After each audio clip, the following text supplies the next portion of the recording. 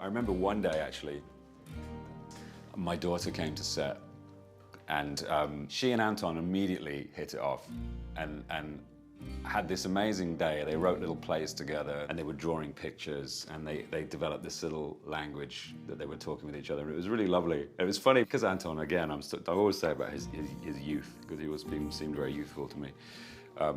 It was like seeing my daughter with one of her friends, you know? Okay. Anton, sending you love wherever you are. Months and months after we finished shooting, my daughter said, Dad. I said, yeah, what do you want? Can I speak to Anton? And I was like, yeah, okay. So we texted Anton, and they had a little text exchange. But the point is, I just remember thinking how sweet it was that she'd kind of just sort of thought of him.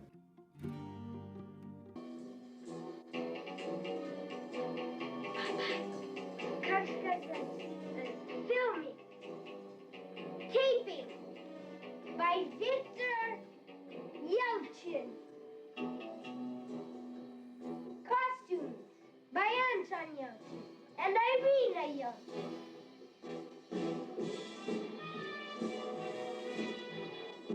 Story writer Anton Yelchin. And here it goes. Cut. Cut. To begin with, I just wanted to ask you a fun question. I don't know did you go to the movies as a kid? And if you did, were there any films or actors that were particular favorites or influences for you? Well, as a kid, when I went to the movies, Arnold Schwarzenegger is probably the biggest Yeah. influence on me.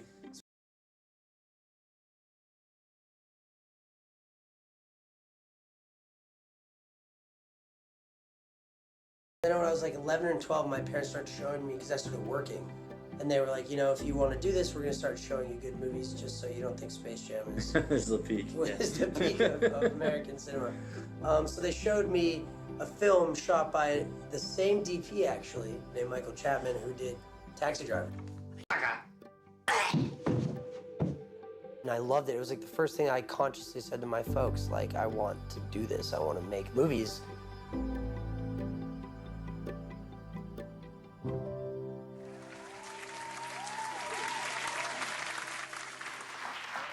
The actor Anton Yelchin is with me. You're in Vancouver and you are shooting yet again something. Yeah, Yeah. How are you in school? Good in school? good. All A's except in gym. In gym. Yeah.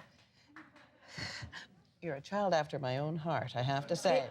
But your parents are athletes. Yeah, so I think that's enough in our family. Yeah.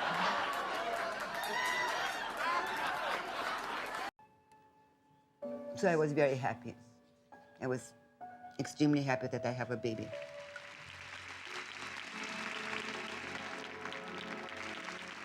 Irina Karina and Victor Yelchin bring that music with them from the Soviet Union. That is the theme song from a Russian movie. Irina already was pregnant, and I saw the situation in Soviet Union was really scary. All what we earned and what we had for all our life in Russia, we got $8,000. But it doesn't matter how much, we didn't need it. We had Ntosha.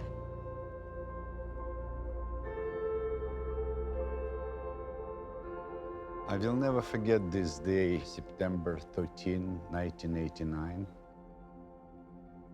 I was raised like, men don't cry. And actually I didn't. But this time when I could take Anton in my hand and tied it to my chest, I couldn't keep the tears. It was an unbelievable feeling that I'm staying on American soil with my baby in my hand. And this moment with me will be like all my life. That's it. It is fascinating to me how you arrived in this country. So for those who don't know the story, tell me about your mom and dad and how you made your way to the US of A. And came to this country not knowing a word of English and just started to work. Everyone knows him as, you know, like this infinitely creative person, and you know, we were just fucking silly together. We would go running around his neighborhood. You know, he'd always be talking about different things that he was reading and different music that we were into. I don't think we watched a full Fellini film together, but we definitely watched clips. One of the better memories that we had was when he brought out the video camera. On one level, it was just two kids just being silly, having a lot of fun. But on another level, there was just something that was kind of serendipitous, but it was also just Anton.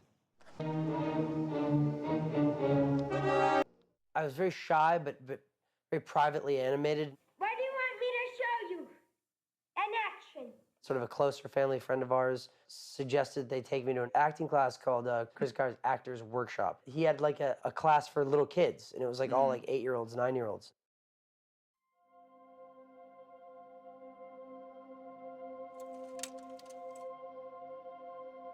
He would look down his feet for the first 6 months, I would say. He wouldn't look up. He'd get very scared. And all we had to do was instill self-imagination, self-esteem for the first 6 months. And then a light bulb went out. 73 years ago, there once lived a man, and his name was Mr. Picanius. He was the greatest artist ever. He painted Picasso sometimes, even could be like him. We did a lot of improv. Like, we would do things like where he would give us an assignment to come home and make something. And I actually enjoyed those moments more than I did where we had to learn scenes. And because at the time, scenes were just lines to me. They weren't really characters. Whereas these things were, I could just create stuff, kind of like I did at home. Полицейский мне говорит, что его что-то упало, у него какое-то да. He spoke Russian and English. Anton was like a sponge. Whatever you told him, he could remember like forever. Chris Carr said to me, he doesn't need class. You know what, he truly needs to go for auditions. And I said, what kind of auditions? I'm working full time, I can't do it. And he said, do you have an agent? I said, no, and we don't want any agent. We're just here for fun. Then he said, it's an audition without no agents, just go. And it was Chuck E. Cheese. I'm to be, I'm not to be.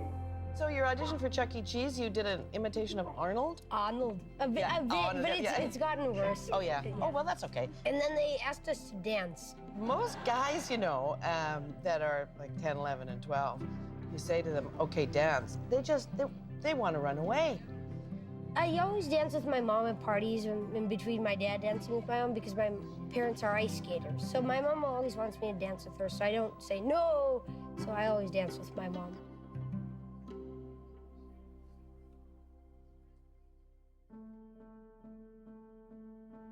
First time we heard about it, when we went to the doctor, just wondering why Anton has, why it's so hard for him to fight simple cold, why it's taking him so long to get over the cough and things.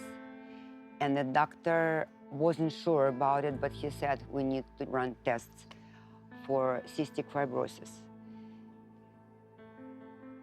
Finally, we were called in, and the doctor said the results are positive. Anton has cystic fibrosis.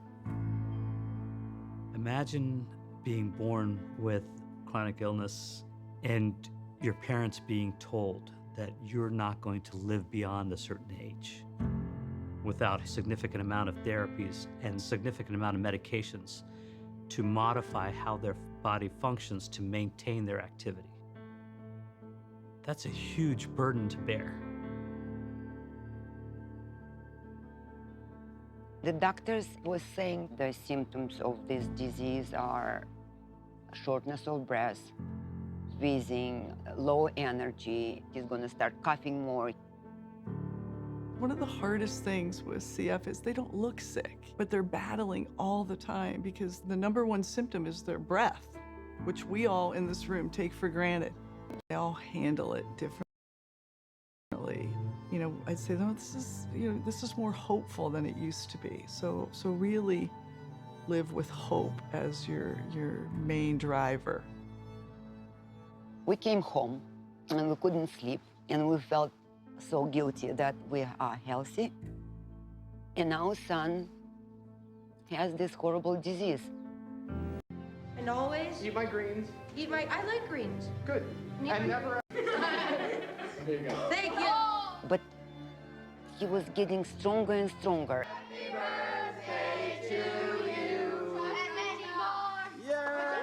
I did that episode of ER. It was a very heavy episode, and it was the first time I had to cry for anything. And I just wept and wept and wept, and I couldn't stop crying after they cut.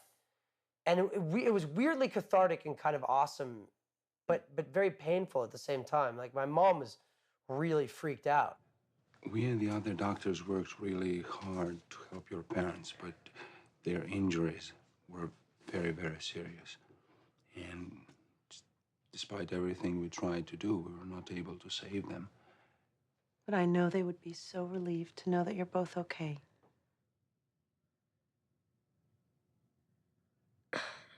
I want to see them.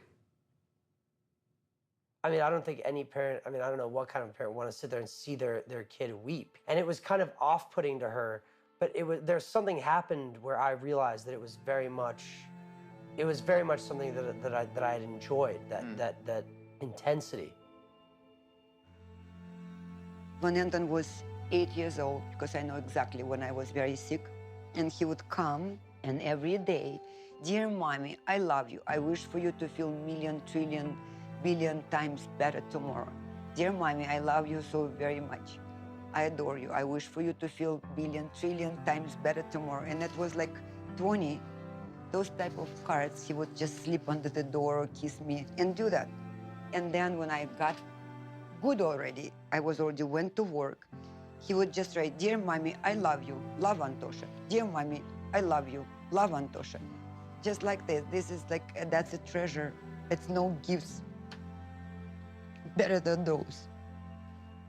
I'm very fortunate because my mom, she was teaching all the time. She still choreographs, but she would literally, like, in her skating suit, take me to auditions after work, and she just believed that this is what I loved. So I owe her everything, really, just for believing in me, What is a man if his chief good and market of his time be but to sleep and feed? But whether it be bestial oblivion or some craven scruple of thinking too precisely on the event, a thought which quartered hath but 1 part reason and ever 3 parts coward. After like 6 or 7 commercials, I kind of said to my mom that it wasn't what I expected, and she was like, "It's fine if you don't want to do this. We can figure out what else there is to do. Like, we can see what the next step is, or if you don't like it, that's cool too. You don't have to do that. You just go back to school." And I got an agent, and I worked on my first movie, A Man As Will See Water, and I realized that was what I really wanted to do. So I got him this old guitar, went to 5 lessons, stopped them, said, "Mamulia, it's wasting of time. He's not teaching me. Let's get the book, how to play guitar." And he started playing guitar so good. This blues for you, Mom. Mommy, I love you so, Mommy. Oh, Mommy, I love you a lot. So beautiful, Mom. So beautiful, Mom. I never met anyone quite like him in the sense that there were these sort of classic childlike qualities about him and very old qualities, and they just coexisted. That is, he had a curiosity that with most people degrades over time. Love you, baby. Yeah. But not with him. She sure is big. I knew you'd like it. All kids like big things. There must be some kind of rule. What's she holding? Well, it's a torch to light the way in for the ships going into the harbor. I met him when he was a little kid on a movie called Delivering Milo, and I thought I was a little kid, but he was littler. He was so interesting. I would have never guessed he would become a professional, although he was a professional, if I had just seen that. Because he didn't have kind of like a false precociousness, which I find in a lot of kid actors. They're good at pretending to be adults. He wasn't doing that. He was I don't want to take away from what he did by calling him a natural, but he did have an ability to just jump into something. And it didn't seem hard. Maybe it was hard. I don't even remember what I did in terms of working on it. I probably just learned my lines. But the biggest thing that was I think quite significant and kind of affected me profoundly was doing the film Hearts in Atlantis with Anthony Hopkins and Scott Hicks directing, and being around the late Piotr Sobocinski, who was an extraordinary DP, and seeing them work and being influenced by them was tremendous. You remember that first time we were in that room in Keswick, when Anton came in and sat down and started reading with you? You prepped me a little about Anton. You said, "But we think this boy is really terrific." Then in walked this young kid, and then when he did the reading, I thought he was just an extraordinary boy. He had such poise without being obnoxious or overbearing. I thought he was just wonderful, wonderful kid.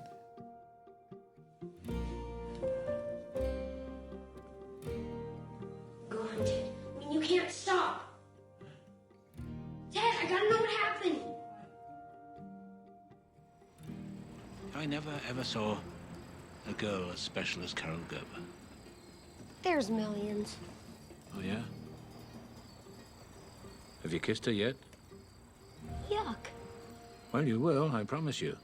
Stay away. You will, and it will be the kiss by which all others in your life will be judged.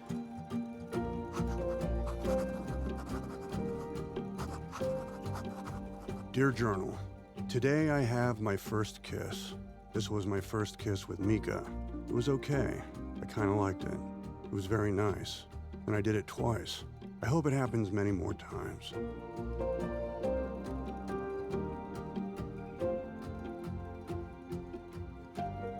I said, Anton, what you've got to do is wait for the good scripts, you know, the thing that's going to launch you to the next step. And he said to me, no, I want to do everything. I said, no, you can't do everything, because there's a lot of junk out there. You don't want to be part of it. No, I want to do everything. I don't care. I want to act.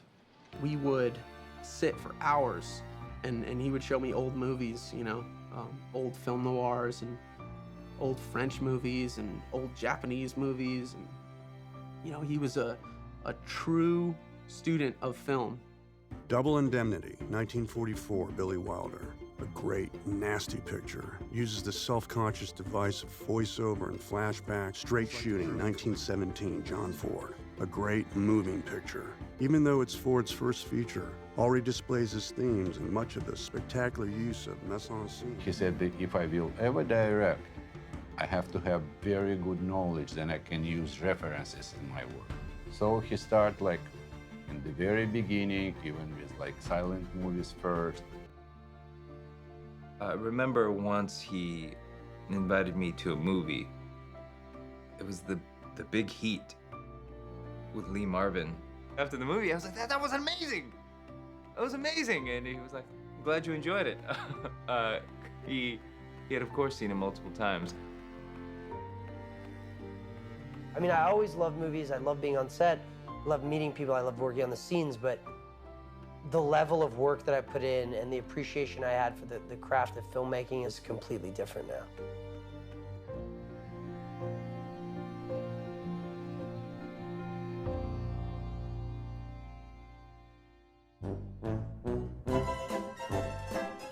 I'd like you to shuffle this, please. All right. And efficiently and any way possible. Okay, fine. So I'll shuffle. Okay, and this is your card. Wow. Yeah. How'd you do that? I'm sorry, I can't tell you. Sorry. Come on, just do it. How'd you do the trick? No, magicians don't tell people how they do their tricks. Yeah, well, you're not really a magician. Oh, yeah, I am. Well, because you do one trick, that makes you a magician? Did I trick you? Curb is such a different kind of experience. I mean, Curb, you go on the audition and you pick a scenario out of a hat, and then you go in the room, and there's like 10 execs there and Larry David, and you just improvise a scene with Larry David. And I basically did it, and then when I got it, they were like, what you said in the audition, what you did in the audition, that's what the scene's gonna be. Are you gonna tell me this trick? No. Magicians don't reveal their Fine, secrets. I gotta go.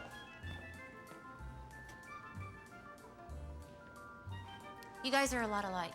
Yeah, except he's not a magician.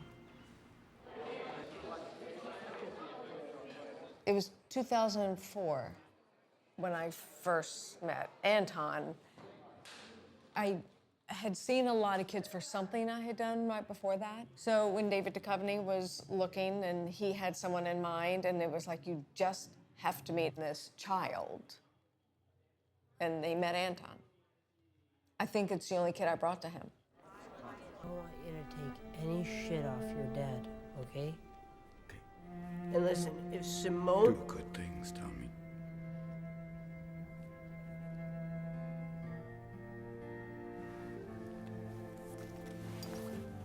Promise me. You do good things. I promise.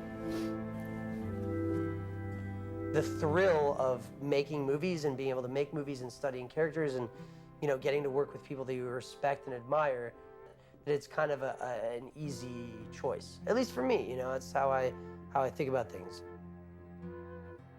He was an absolute one of a kind. With Anton, you just know they broke the mold. There was nothing about him that wasn't wonderful.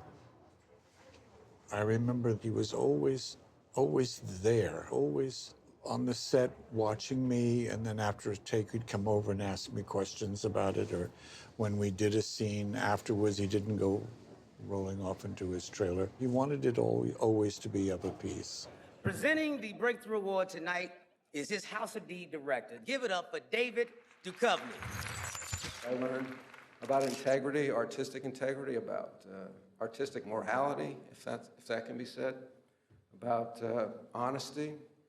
And the only thing that I can fault him for is that, you know, when he worked with Robin Williams, he would always call him Mr. Williams, and he called me David.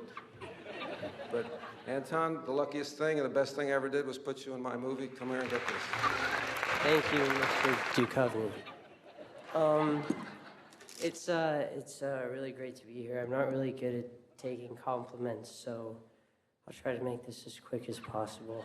More than anything, my parents, who are always like, you know, symbols of strength and for me, and have always shown me a lot of love and kindness since I was tiny. You know, thank you.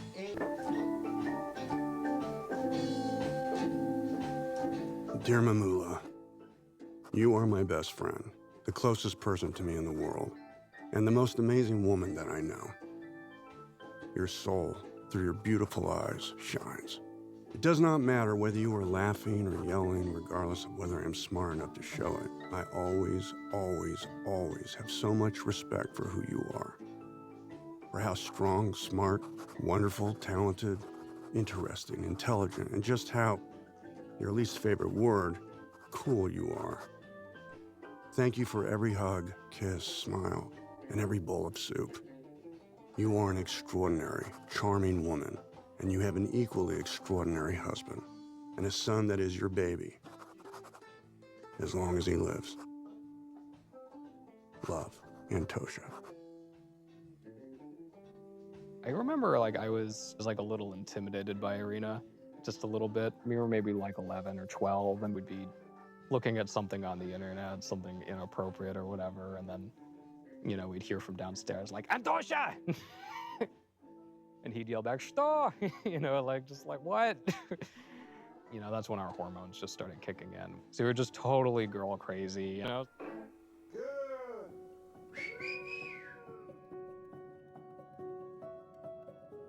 I was 14 when I worked with him, but then, yeah, he and I were really good friends for like 2 years. And then he kind of like broke my heart. I was so kind of baffled by how good he was in working with him. And then subsequently just like couldn't be around him because it just like made me like so nervous. But I literally think about like why I like some of the shit that I like.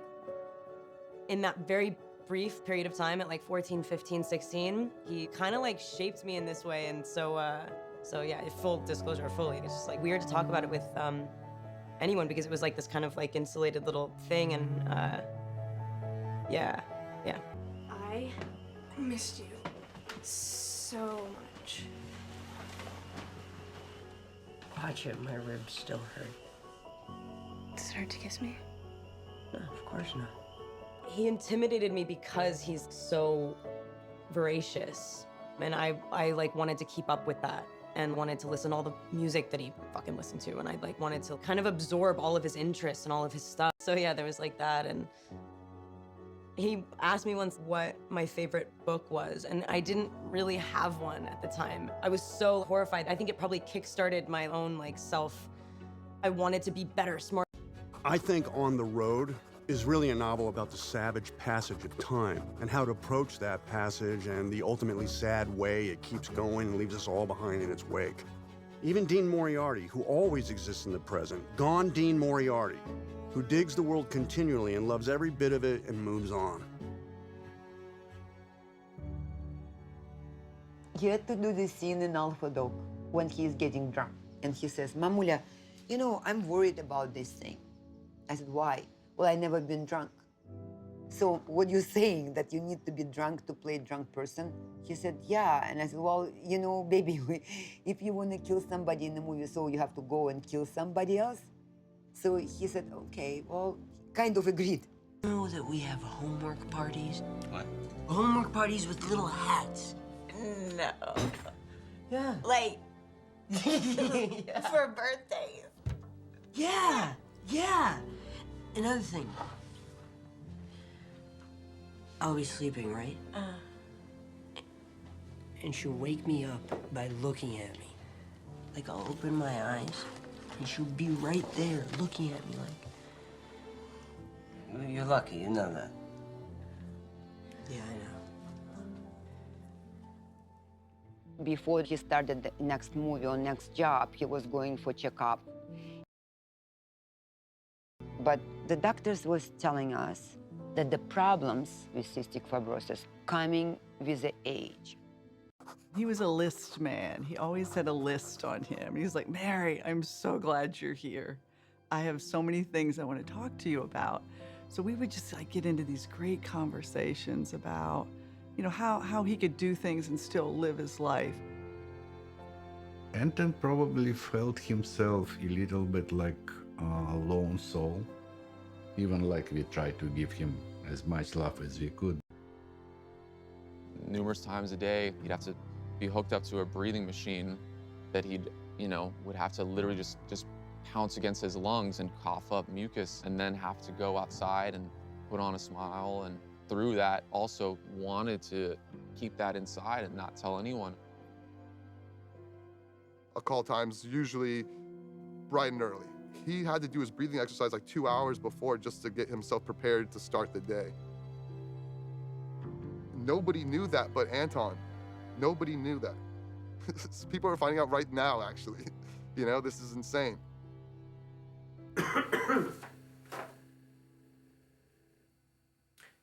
I had arranged to meet with Anton. I think Irina drove him over and dropped him off, and we sat down.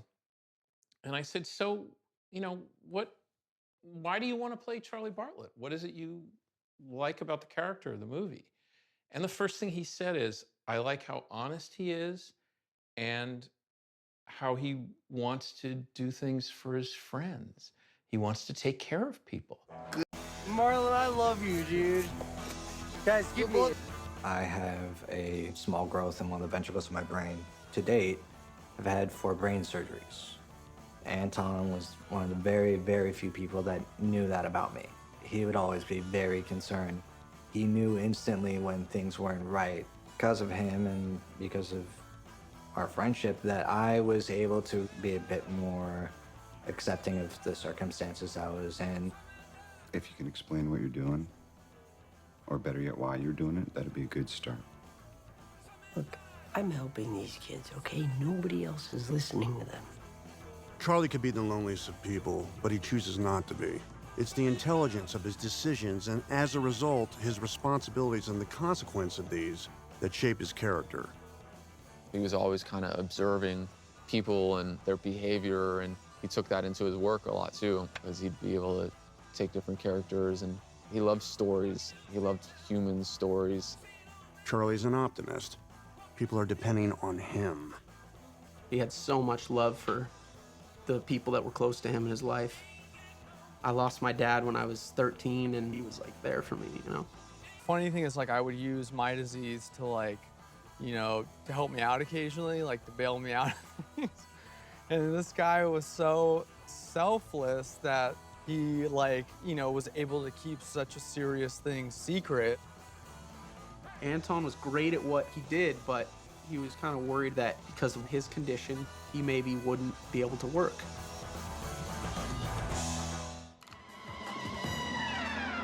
Now, you're not going to get away from this interview without my asking you about Star Trek. And I'm sorry, Right. I apologize right now. Right. It's part of the deal.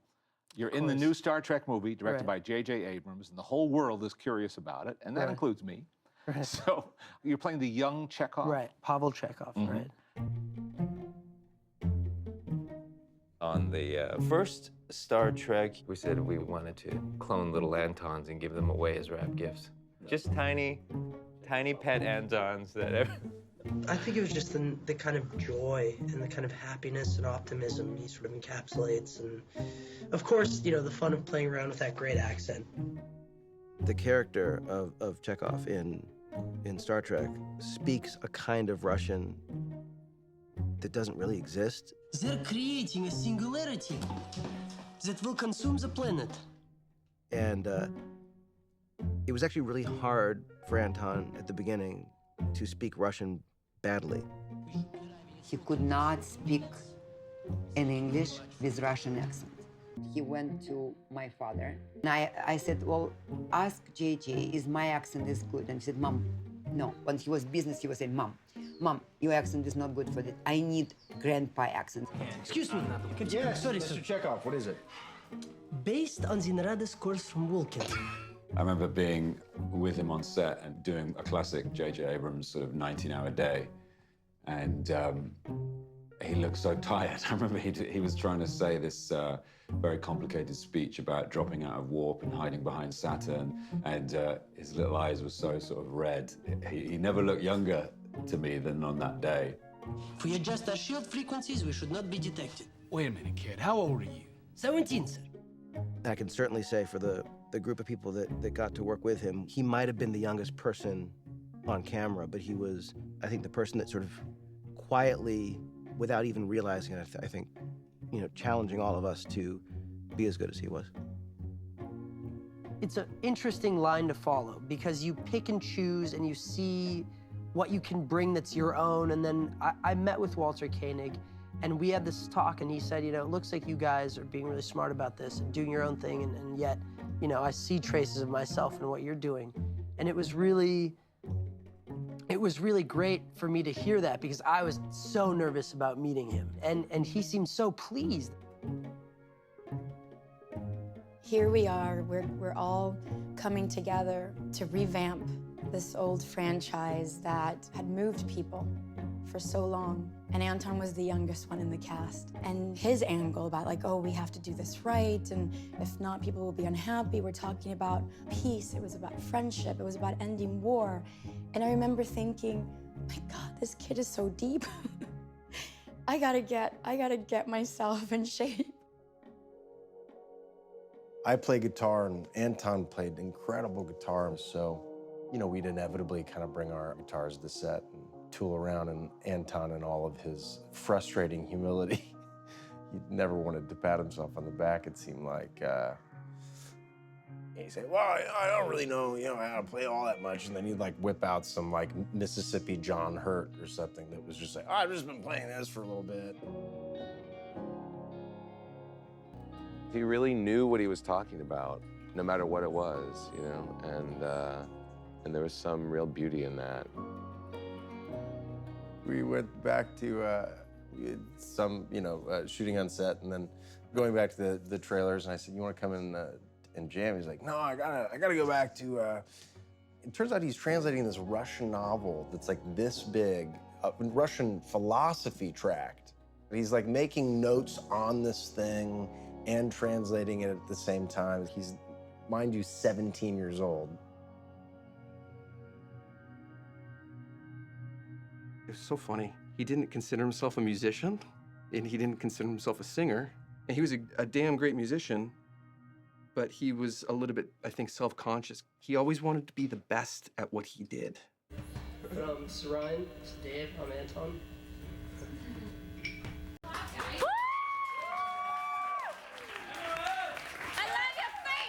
Yeah. All right.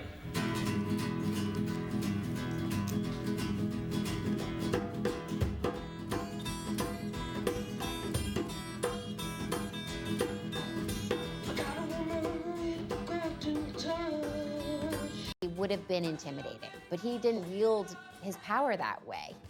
He brought everyone in and shared everything that he learned and that he was interested in. You know, big movies, they're just a very different beast. There's just, it's very different. I think for me, your job, at least the way I approach it, is essentially the same. Like, you try to find whatever you want to create and how to be creative with as much honesty as you can, because there'll be, you know, self-aware films that maybe call for a different form of performance. Aside from all the things he was reading for work to studying old movies, he started playing with us regularly whenever he was in town. I mean, the guy, he loved expressing himself, but he always felt like he needed to work harder. We would play a midnight show at the Viper Room on Sundays, and it would be from like 11 to 1 a.m. And we wouldn't necessarily invite anybody, we just did it. It was just another creative outlet that he could do. I'm gonna have to jump up and perform some tricks in a couple hours, but can barely keep my head on, my legs from twitching and my head from cramping. It always amazed me how he was able to find time to take care of his own health. He would say, "It's what I love, and I'm not gonna let CF stop me from doing what I love." He added tons of exercises himself, and I was so happy when he wants to build muscles and be stronger than he was. I mean, his abs, they almost clanked. It was like a conquistador's pseudo armor under there. And then he'd take his shirt off and he was like this jacked dude. And you're like, what? Where's that been? And he's like, just from coughing so much. And I was like, oh, probably. Have you completely lost your mind? Well, I know it seems a bit... I'm not talking to you, nut job. I'm talking to Mom. It takes you years to get him out of here, and you let him come back the next night with a talking hamster? He did a lot of thinking and a lot of writing, and sometimes his thinking got in his way, you know? It's almost like his brain was too big and he couldn't contain all of his ideas.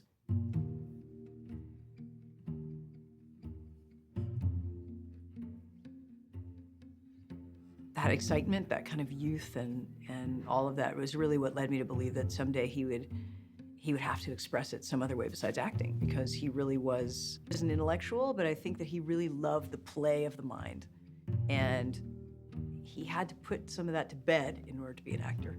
Don't go too far to the left of the box, this way. Right, Go just right. stay where the box I is. tend to be interested by either the philosophy behind the filmmaking, the philosophy of the film itself, who the director is. We was afraid we was going to have to start without you. But also, sometimes you'll read something and you go, well, I don't know how I feel about this as a whole, but I love this character. I think this might make something interesting. I got to know Anton where he was kind of on his own for the first time, but he was still really attached to his parents, really attached to his mother.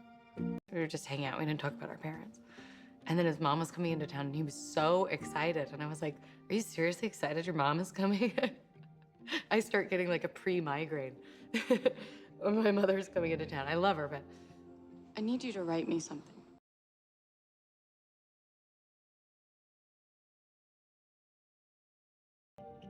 You're actually 22. I am, yeah. So that's actually kind of shocking, you know, because you've done so, I mean, we're talking about this year, but really the last number of years. Yeah. You've done so much. We were known as the lurkers because we'd always be in these places that we really shouldn't have been, you know? He was genuinely interested in all types of people and wanted to know their stories. There's the Anton that looks like a little kid, and I mean, and Anton loved women, but and maybe it's that close connection with Irina. Every time I knock, you know I knock a little harder, till my face starts looking like a martyr's. It was very difficult to even be with him when you were trying to get girls, because the second they saw him, it was game over. My girl was gone instantly. And he was a nice guy, though. You know, he was always the guy that would be like, oh, no, like, Luke, no, come, like, join with us, you know? Like, you know, always like, no, it's cool. Like, I lost out again. It's cool, you know? We met at Subway, and we sat for like 3 hours just talking. Kind of went from 0 to 100, and stayed there for a long time. Sophie was only serious girlfriend, nicest girl, and they were young, and she was not patient enough. And for him, films was priority. Very serious for both of us, and pretty much broke up because we were just too young, unfortunately. He hit me up after he had his heart broken and was like, hey, can we like talk? I just kind of figured out like what that actually feels like, and I'm so sorry. And I was like, dude, it's fine. Like literally we were tiny children. But for someone to call someone and be like, hey, that thing that you went through, I had no idea, but now I do, and I'm so sorry. I was like, dude, it's fine. Like, I don't think you can step into the light unless you fully explore your own shadow. And it was such a part of him. You know, that willingness, that courage to go into the darker parts of himself and shine light on it, not only for himself, but for other people. He knew himself so well, and there was always just a recognition of his own vulnerability and his own fragility. I'm furious with myself. And it could have been so good, so sweet. How's that feel? I remember talking to Irina about how frustrated he would be with his career, and that was always baffling to me because of how respected he was. And, you know, I don't know that he ever knew that, honestly. I don't think he ever let himself know that or believe that. The institutional discourses of Hollywood are a threat to a human being's identity and to their sense of love for their craft and what they do. This is exciting, man. This is good footage. It is what it is. Good footage, man. It's better than no footage. I wonder how many hits this is gonna get. Possibly 1,000 hits. There you go. Malone Yelchin. I'll take it. Down the street. Very exciting. Well, for certain people, it's more exciting than you'll ever know. It is such a hyper-real world, and it's so filled with so many sort of distractions. It's like the Roman Empire, you know? It's like you can kind of have everything and do anything, and I think if you make that your life, it can be very easily confusing.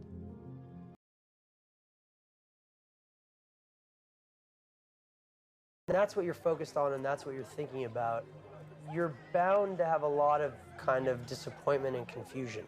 That's why I think getting a small group of people that really care together to make a movie is really kind of the future for independent cinema.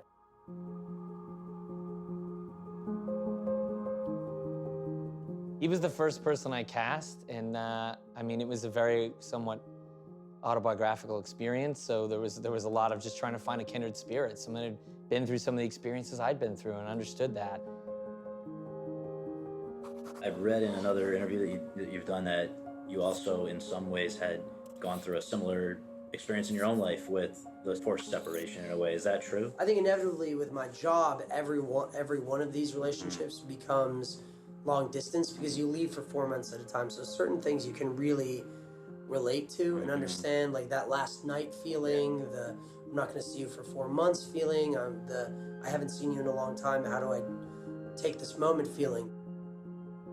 It was really like just a bunch of friends kind of coming together. And that was where you can really really understand his talent on a deeper level, because he led that movie, and it was all complete improv. Did you very simple question? We were doing such a heavy piece of material, but when the camera stopped rolling, it was just voices and dialects and goofy characters.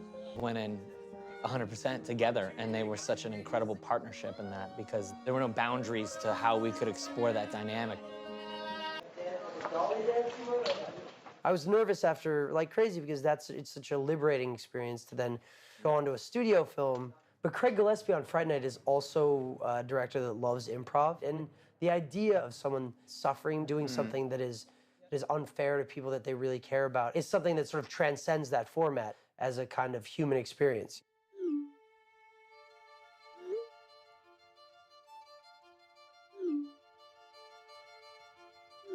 I told him he has to be always on alert.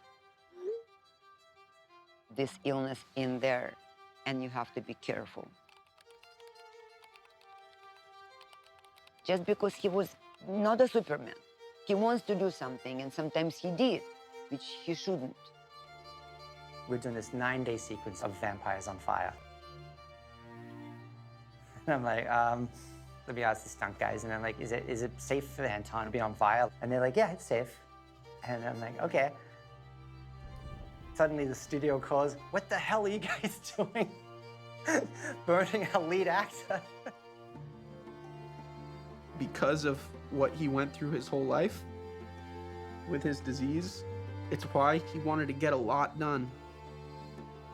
He didn't want to let it take him down, you know? Like he would talk about it with me like there was this beast inside of him, you know? Excuse me. I finished 2 films over the summer, and I'm starting work on another film, and then there might be another, an improvised film. He was always going further than the rest of us. What he was thinking about, what he was looking at, what he was interested in, what was the next project. He had this immigrant mentality to a point that I think that he needed to work rather than sit still in the confidence of his talent. I don't think he gave himself much of a break. He'd go to very risky projects, and then he'd do something that was more like a job. He was so intense about his quest to really find situations that would challenge him. He was very practical, he was very pragmatic about career stuff, but at the same time, he deeply felt a duty to educate himself and to challenge himself. Anton and I became friends. We would probably spend 3, 4, 5 hours together talking about life. He was an old soul, you know, and I, you know, don't talk in terms of old souls and stuff like that. But I found myself treating him as a contemporary. I remember he had no desire to be like the flavor of the month. He'd say, you don't often work with an actor who you so immediately take to. The act of making the movie, which is a pretty minor movie in his canon. And Anton, if he wasn't working, he'd come in anyway. I mean, he was part of the creative package. So, what happens now? Room 2117, 5 o'clock. So did you see yourself as becoming the thinking woman's sex symbol? You know, it's funny that you should say that.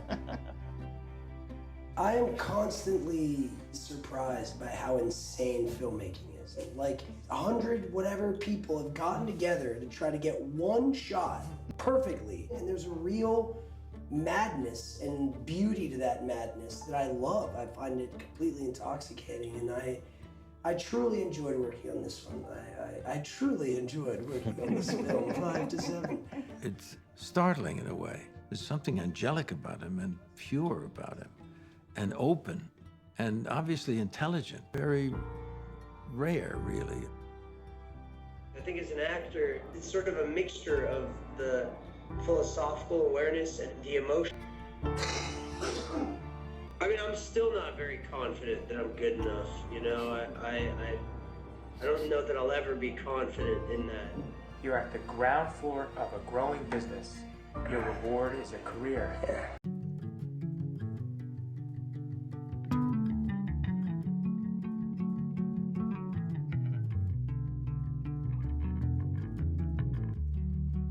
The angel and the devil, secretly they get along. Sitting up there with me in the middle, from dusk till dawn.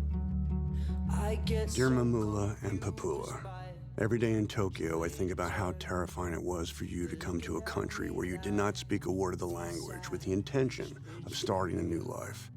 How frightening it was in building a home for yourselves and your child. And I think about how you did it so that I could have a better life, despite what the sacrifice might mean to you. I always worry that I somehow can't express my appreciation, so I try to write these notes expressing that I do think about and appreciate and respect and thank God for you and everything that you have given me. As I write this, I see the trips to Toys R Us, to the zoo, I see the video cameras, and all the attention that I got.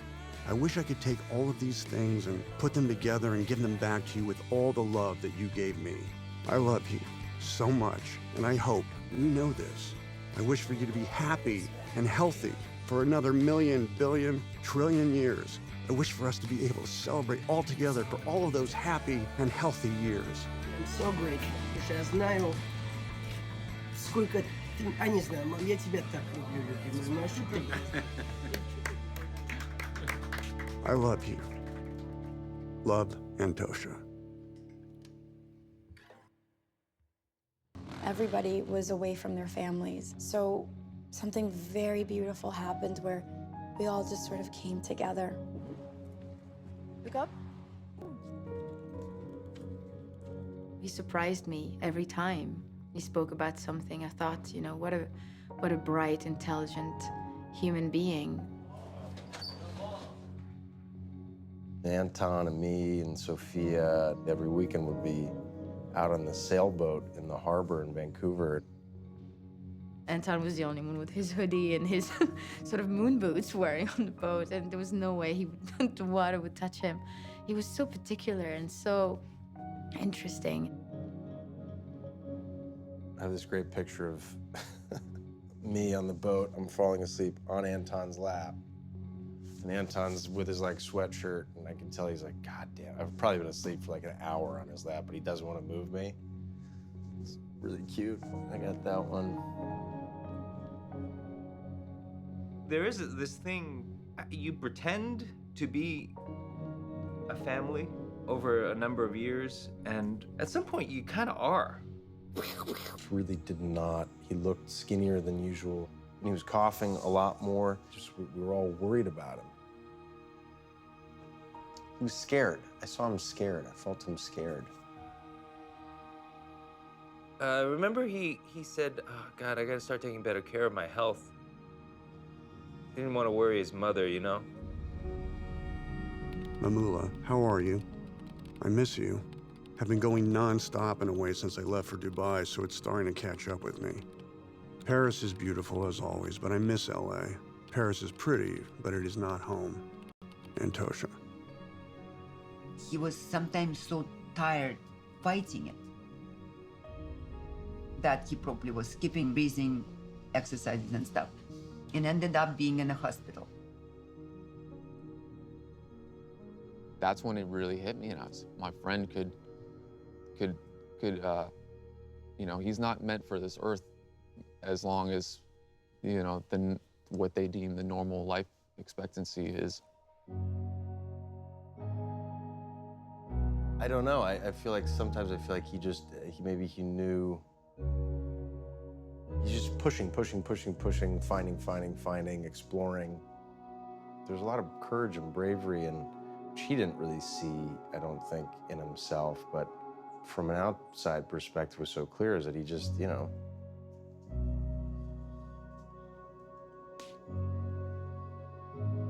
It just occurred to me there was this scene that we shot in London, was this kind of breakup scene where he was about to come back to the States and she was staying there, and I wanted to set it in a cemetery. So we were walking around the cemetery and we were having this conversation, we were doing the scene, and then in the middle of the scene, Anton was just like, I don't want to be here.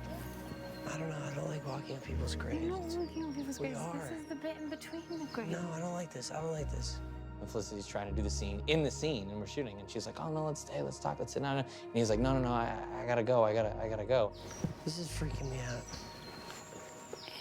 Why? I don't know. I forgot about it. And then after watching it, I was like, oh my God, he was so in tune to this frequency. He had this radar for energy and for feeling and stuff. And he was just in touch with that side of the universe in a way.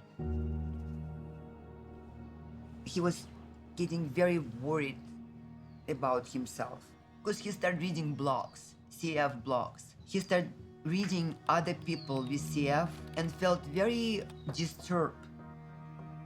Hi, Mary. I've been feeling up and down. Increased airway clearance right now to 4 times a day. My folks have been doing the percussion on my side and my back 1 to 2 times a day. I've been exercising a minimum of 45 minutes a day. Gotta get it into this idiot brain of mine that I have to fight this thing. Had a really heavy feeling night a few days back where I looked up CF on Instagram and I saw all the kids that are fighting so hard and proud to do it, calling themselves fighters. And I was really moved. I've always wanted to shy away from feeling proud that I fight this thing all the time, so I've avoided fighting it. But I gotta be proud, and I gotta tell myself that most people never have to deal with this sort of stuff, and I should be proud of myself that I man up and do, as long as I actually man up and do. And if I don't, that's a crime against the potentiality and against all those that do. Anyway, ranting. Thank you again for all your help. Speak soon, Anton. You know, on the back of the hat, it was these words, incurable, life-threatening disease. I was worried for him every single minute. And I felt so bad for him that he had to do all this. Why my son has to do it? And then he would look at me and he'd say, Mamula, please do not worry. It's okay, I can handle it, trust me. And we said, you know, these are the 3 things that I want to concentrate for this week. And when I came back, he goes, I did 1, 2, and 3, and I thought I would do number 4 just because I thought it would be good. And you could see his sense of pride and his sense of, oh my gosh, I've got this under control. When we were filming, I remember thinking to myself, you know, this feels like a slightly different Anton than I've hung out with before. You know, the mind forgets things for a reason. I remember Dinklage coming to me and just being like, whoa, you know? You're sitting opposite that and you can feel the intensity off of Anton in those scenes. But as soon as I yelled cut, it was just like this cloak lifted off of him and it was back to laughing Anton. How friggin' cool is that? Oh my God, oh my God, oh my God. Go, dude, you know what this means, right? You have a sacred responsibility here. That's what they said. You have to use these new powers. The sense that you got from Anton was intensity, intelligence, and at the same time you had the sense that he was living. You knew he was an artist, you know? Do you like watching yourself on screen? I don't like watching myself on screen at all, but I do like watching the film. Yeah. I wish I was at a place where I could be so enlightened that I could just say, well, the experience was all that matters.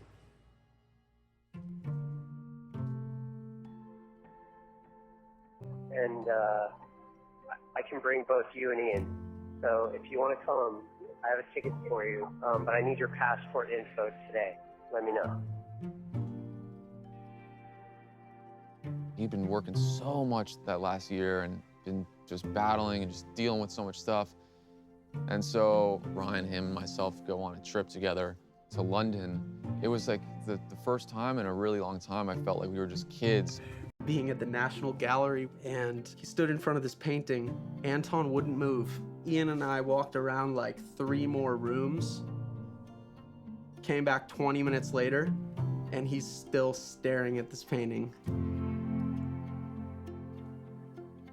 We were having these really heavy conversations about cystic fibrosis and his disease, and he definitely was at a point in his life that he wanted to find a way to talk about it. This could inspire people that are going through it to know that, you know, you're able to live a life and you deserve to be able to do whatever you want to do and accomplish whatever goals you want to accomplish. Thanks for coming. Yeah, officially nice to meet you. Thanks for coming in. I'll keep the... Yeah. I'll keep it. Yeah. He was getting ready to make his first real film, his real directorial debut.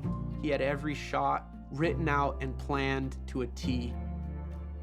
I went through all the sort of behind-the-scenes pictures, and so many of them are Anton hovering over the DP's shoulder, you know, asking about the camera. He was writing down the model number and everything. He's like, that's what I'm gonna shoot my film on, that's what I'm gonna shoot my film on. He said, director is more important, Mamuli. I'm gonna shoot. I will direct. I will, because director does everything. in which we explore these ideas of the existential nature of our existence as human beings on this earth. And it should provide questions and speculation and never mythologize and offer answers. I feel like if I'm going to make movies, I want them, at least right now, I want them to move in that direction. He got the call saying, we got the money, we're gonna shoot this thing.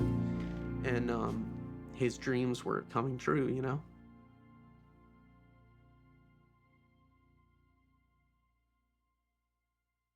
Next tonight, here to the stunning death in Hollywood, a young actor, a rising star, known for his work on Star Trek.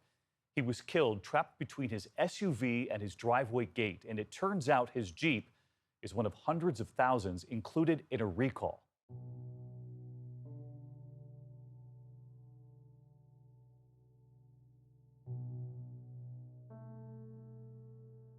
Police are saying it appears to be a freak accident that killed the 27-year-old actor after friends found him pinned between his 2015 Jeep Grand Cherokee and a fence at his home.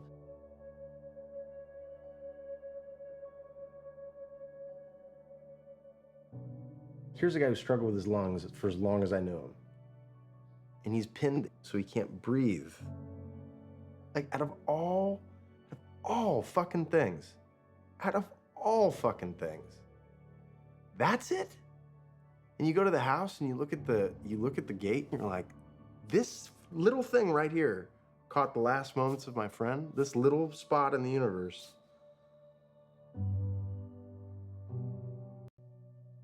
It was like something out of a bad horror movie, you know, the kind of the random events that had to occur for this to happen were just cataclysmically unfair, you know. I kept saying this better be some kind of sick fucking joke, and I swear to God, the person that is doing this, I'm going to beat the ever-living shit out of them because this is not funny. You can't take away him from us. You can't take him away from me, and you can't fucking do this. Don't want him ever to be forgotten. Our dear, dear son, we wish you all the best life in this. All your hopes, dreams, wishes, praise will come true. Absolutely for sure. Because you deserve it. I've never, I mean, everybody loves their children, but I don't think anybody really loved their child like they loved Anton. And I hope we will see him soon. It's what I'm trying to tell Irina all the time. Listen, one day behind us, one day we're closer to Antosha.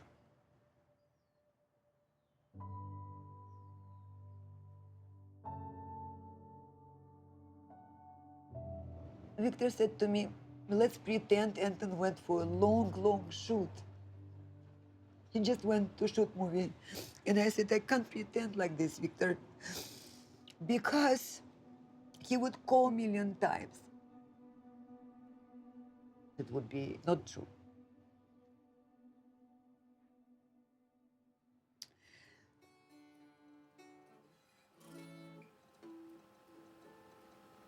Мамуля, с днем рождения, любимая моя. Дорогая моя, тебя обожаю, чтобы ты была здорова. Well, mama, I played the blues for you. Mom, baby, just like I used to. It's a long time coming, but it's finally here. Mom, baby, won't you hear? Mommy, I played the blues for you. Well, mommy, I played the blues for you.